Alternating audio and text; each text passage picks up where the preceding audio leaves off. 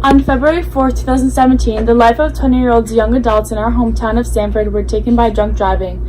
The driver, Thomas Malgano, had been at the bar that night drinking, then lost control while speeding and struck a tree. Malgano died instantly on impact, while his friend in the passenger seat, Lucas Salem, was pronounced dead 5 hours later after being rushed to the hospital. There was also a backseat passenger who survived the crash, but to this day has to deal with the mourning of his two best friends. Police say the driver was well over the BAC limit and was going about 50 miles per hour in a 30 miles per hour zone. We are grieving the loss of my youngest son and the loss of his best friend, Lucas. My heart is broken for their family and for my own, said the father of Malgano. In 2017, 10,874 deaths were accounted for due to drunk driving. This marked the lowest percentage of alcohol-impaired driving fatalities since the National Highway Traffic Safety Administration started recording data in 1982. However, the 10,874 drunk driving fatalities is a skyrocketed number and can be reduced if the U.S. enacted stricter laws.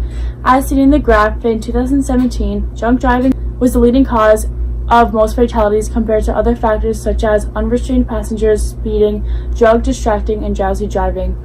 Alcohol impairs driving skills by slowing reaction time, affecting one's lack of coordination, reducing concentration, decreasing vision, and restricting judgment.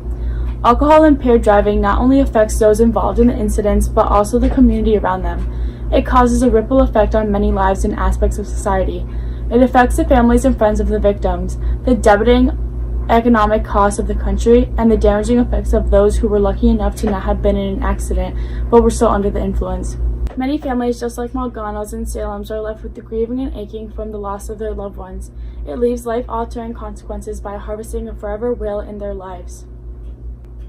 As for the economic costs, according to the Pacific Institute for Research and Evaluation, drunk driving costs the United States more than $132 billion each year. For the offender, there is a higher insurance rate added on. Then for others, higher taxes are imposed on society for housing in jails and prison, and judicial and administrative costs. Along with that, there are medical and property costs in which emergency medical services at the crash scenes are funded by taxes as well. Lastly, for those who do not get into a fatal accident, they still endure the life-altering consequences. It will leave a permanent stain on their record in which will impose a negative impact. Those convicted of a DUI will most likely face jail time and heavy fines and increased insurance rates. Along with that, they will lose their driver's license for a significant amount of time. Many people lose their jobs once convicted of a DUI, which later on makes the search for a new one more challenging. But later on, you will find out that this is not enough.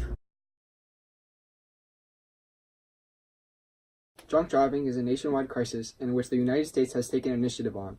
Through determination, tough legislation has brought upon moderate laws that just haven't done the trick. As all of you know, the legal limit of alcohol in your body in the United States is 80 milligrams of alcohol per 100 milliliters of blood. In simpler terms, the blood alcohol content in your body must not exceed 0.08 when you get behind the wheel of a car.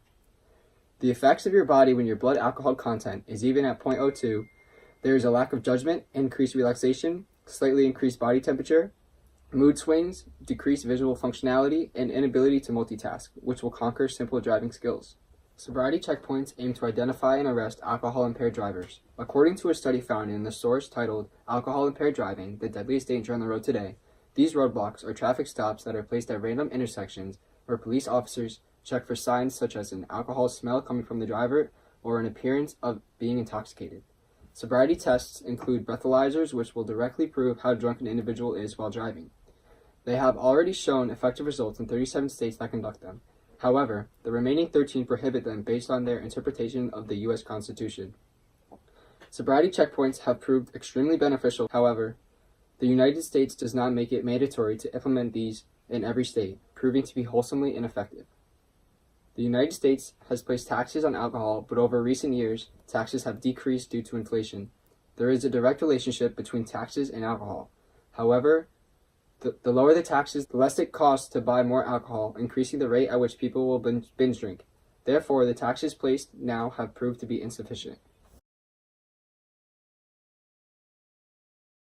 What the United States should be doing is observing other countries around the world who have successful policies and a fewer amount of fatal accidents caused by drinking each year. The U.S. could really learn a lot from other governments if we were to be more open-minded to reform. Compared to other countries, the US has actually proved itself to be very lenient. China, for example, has adopted very strict drinking laws, especially one passed in 2011. In a study found by the Beijing Review titled, "Is it time to reduce penalties for drunk driving?"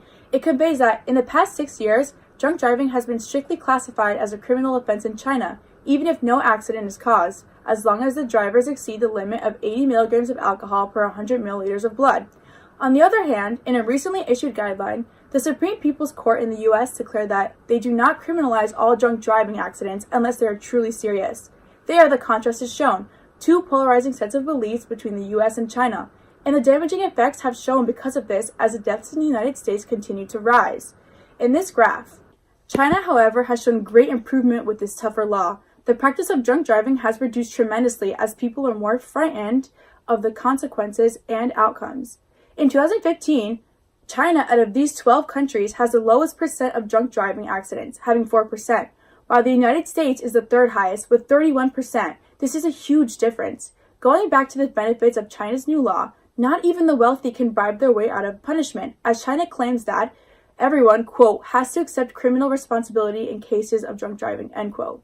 China believes that by punishing not so serious accidents, the more serious ones are prevented. Some may think that this is excessive punishment, but the people should not even risk drinking knowing the detrimental record they would inherit. The United States needs to open their eyes and take these strategies into account. Even if some people complain, the positives clearly override the negatives.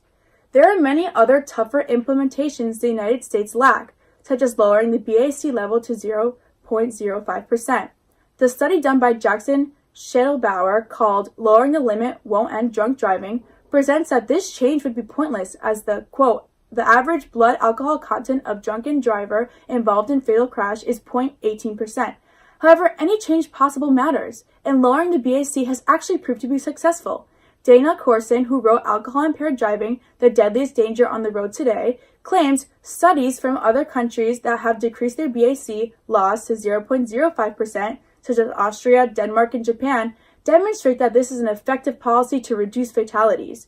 So why isn't the government incentivizing this change? We should be doing anything we can. Another solution to limit drinking and driving is to raise the taxes on alcohol. This taxation will reduce binge drinking, since people would not want to spend so much money. Also, the government should use this method of reducing alcohol availability, including placing restriction on the number of on and off premises outlets and the days and hours of alcohol sales. This method of strengthening the laws of alcohol consumption should also include enforcements to stop the sale of alcohol to already intoxicated adults and underage people.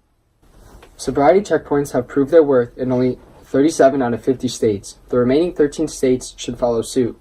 They allow government officials to test signs of intoxication no matter of their suspicions. Since these roadblocks can be placed at any random intersections, it gives no leeway for intoxicated drivers to get around the fact that they are intoxicated. The government should also require ignition interlocks for all offenders. However, in one of the studies found while researching America's drunk driving laws are too strict, the author complained that Washington state laws were too strict due to the fact that it requires everyone arrested to install an ignition interlock device.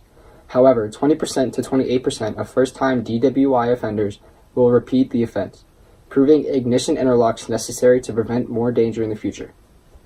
In conclusion, we have therefore proved that the government sucks. It's embarrassing that we have to read the deaths of numerous Americans every day on the news.